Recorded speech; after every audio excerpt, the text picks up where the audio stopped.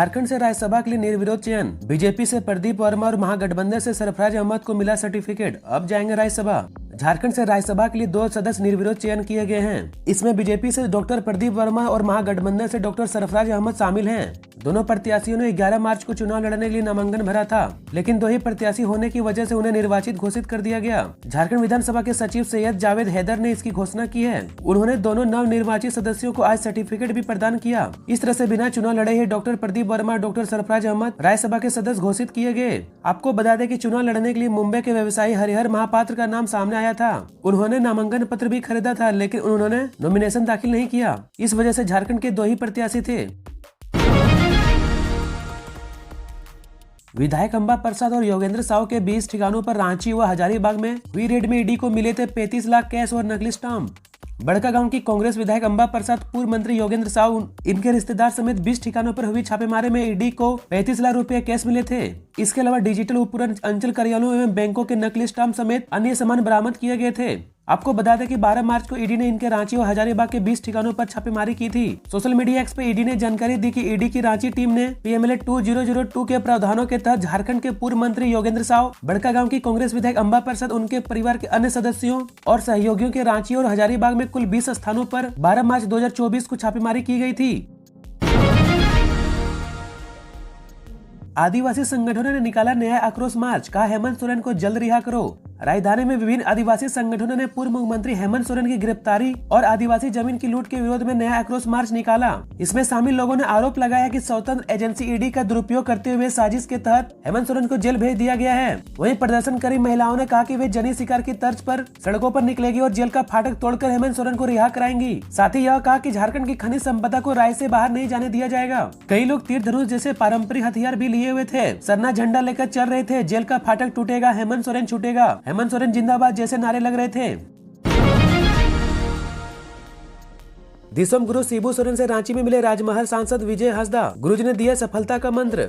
झारखंड के राजमहल लोकसभा सीट से सांसद विजय हंसदा ने गुरुवार को दिसोम गुरु और झामुमो के केंद्रीय अध्यक्ष शिबू सोरेन से उनके रांची स्थित आवास पर मुलाकात की और उनका आशीर्वाद लिया। मुलाकात के बाद सांसद विजय हंसदा ने कहा कि गुरुजी का जीवन संघर्षों का प्रतीक है। वे झारखंड ही नहीं, देश के लिए आदर्श हैं। हमारे लिए वे हमेशा प्रेरणा स्रोत रहे हैं। उनके पदों चिन्हों पर चलना हमारा दायित्व है। उन्होंने कहा कि दिसोम गुरु ने उन्हें सफलता का मंत्र दिया है। गुरुजी ने कहा कि विपरीत हालात में भी धैर्य बनाए रखना चाहिए। संकट का सामना करते हुए आगे बढ़ने से जीवन में सफलता मिलती है।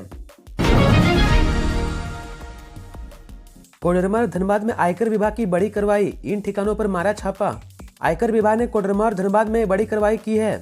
दरअसल अहले सुबह जांच एजेंसी की टीम ने 2 जिलों के अलग अलग ठिकानों पर छापा मारा। हालांकि अभी तक छापेमारी की कोई ठोस वजह सामने नहीं आई है। जानकारी के मुताबिक आईटी की टीम सुबह 5 बजे कोडरमा पहुंची और 2 हिस्सों में बंटकर तेलिया के डोइयाडी रोड स्थित अंजनी सूत्र प्राइवेट लिमिटेड नामक एक लोहा की फैक्ट्री के अंदर चली गई। वहीं एक टीम फैक्ट्री के संचालक अंकित केडिया के घर पहुंची। बताया जा रहा है कि जांच एजेंसी की टीम के साथ पुलिस भी थी। रांची से चलेगी 4 होली स्पेशल ट्रेनें, कटिहार, पूर्णिया, गोरखपुर और जयनगर के लिए खुलेगी। रेलवे ने जारी किया शेड्यूल। होली में रेल यात्रियों की संख्या बढ़ जाती है। संभावित भीड़ को देखते हुए रेलवे ने रांची से 4 होली स्पेशल ट्रेन चलाने का निर्णय लिया है। इससे यूपी और बिहार जाने वाले लोगों को काफी सुविधा मिलेगी। इसको लेकर रांची रेल डिवीजन की ओर से इसकी घोषणा कर दी गई है। रांची रेल डिवीजन ने स्पेशल ट्रेनों के आने जाने का समय भी निर्धारित कर दिया है। रेलवे प्रशासन ने बताया कि यूपी और बिहार से आने जाने वाले यात्रियों की संख्या बढ़ जाती है। इससे ट्रेनों में लंबी वेटिंग चल रही है। सामान्य ट्रेनों में वेटिंग लिस्ट को देखते हुए रेलवे ने स्पेशल ट्रेन चलाने का निर्णय लिया है। 4 स्पेशल ट्रेनों में केवल 3 बिहार और 1 ट्रेन बिहार के रास्ते उत्तर प्रदेश के गोरखपुर शहर तक जाएगी। झारखंड में तेज धूप ने बढ़ाई गर्मी। प्रदेश में कल से मौसम में हो सकता है बदलाव। कई जिलों में छाएंगे बादल, बारिश के आसार। झारखंड के तेज धूप के साथ अब गर्मी का एहसास होने लगा है। दिन के साथ साथ शाम के तापमान में बढ़ोतरी देखने को मिल रही है। हालांकि संभावना है कि अगले 2 से 3 दिन में एक बार फिर से मौसम मिजाज बदल सकता है। 15 मार्च और 16 मार्च को प्रदेश के कई जिलों में बादल छाए रहेंगे। इस दौरान हल्की वज्रपात और बारिश होने की संभावना है। मौसम विभाग के मुताबिक 18 मार्च को भी राज्य के दक्षिणी और मध्य भाग में बारिश के साथ गर्जन की संभावना बन रही है। साथ ही 19 मार्च को मौसम का मिजाज भी ऐसा ही रहेगा। 20 मार्च के बाद मौसम एक बार फिर से साफ होगा। इस दौरान गर्मी बढ़ने की संभावना है। पलामू में कार बाइक की टक्कर में 2 की मौत। नेशनल हाईवे 98 पर हुआ हादसा। टक्कर के बाद बाइक में लगी आग, 6 गंभीर। पलामू में बुधवार रात कार बाइक की टक्कर में 2 लोगों की मौत हो गई, 6 गंभीर रूप से घायल हैं। बताया जा रहा है कि देर रात नेशनल हाईवे 98 पर 11:30 बजे मोटरसाइकिल और कार की आमने सामने टक्कर हो गई, जिससे बाइक में आग लग गई। कार में सवार गिरिडीह के तेलुडी के रहने वाले शिवा वर्मा की बेटी प्रभा कुमारी शर्मा और बाइक सवार छतरपुर के मेंदिया के रहने वाले कलन उरांव की घटनास्थल पर ही मौत हो गई। जानकारी के मुताबिक कार मेदिनीनगर की ओर से औरंगाबाद की ओर जा रही थी। कार पर गिरिडीह के 4 लोग सवार थे, वहीं बाइक पर भी 4 युवक बैठे हुए थे। हादसे में जख्मी लोगों में कार सवार गिरिडीह के रहने वाले मनीष कुमार शर्मा, गणेश कुमार शर्मा, शिवा शर्मा शामिल हैं। सदर अस्पताल में चौंकाने वाला घटना, रात में बच्चे को वार्मर में रखा, सुबह स्थिति गंभीर बताया रिम्स भेजा। परिजन बोले जन्म के बाद बच्चा ठीक ठाक था। सदर अस्पताल में बुधवार को चौंकाने वाला घटना सामने आई है। रात में बच्चे का जन्म हुआ, फिर उसकी धड़कन कम बताते हुए उसे एसएनसीयू में भर्ती किया गया। परिजनों को बताया गया कि बच्चे को बेबी वार्मर में रखना होगा। इधर अगले दिन सुबह को परिजनों को बुलाकर कहा कि बच्चे की स्थिति गंभीर है, इसे रिम्स लेकर जाइए। उसे रिम्स रेफर कर दिया गया। रिम्स पहुंचते ही उसे डॉक्टरों ने मृत घोषित करते हुए जानकारी दी कि बच्चे की मौत रात को ही हो गई थी। यही नहीं, बच्चे के शरीर में जलने के भी निशान थे। इसके बाद परिजन सदर अस्पताल पहुंचकर हंगामा करने लगे।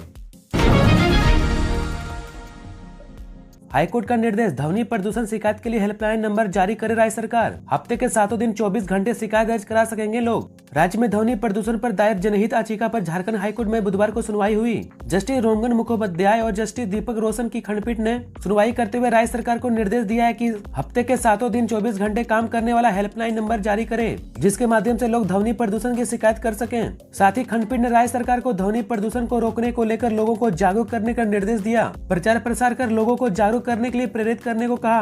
खंडपीठ ने मामले की अगली सुनवाई के लिए 9 अप्रैल को तिथि निर्धारित की है।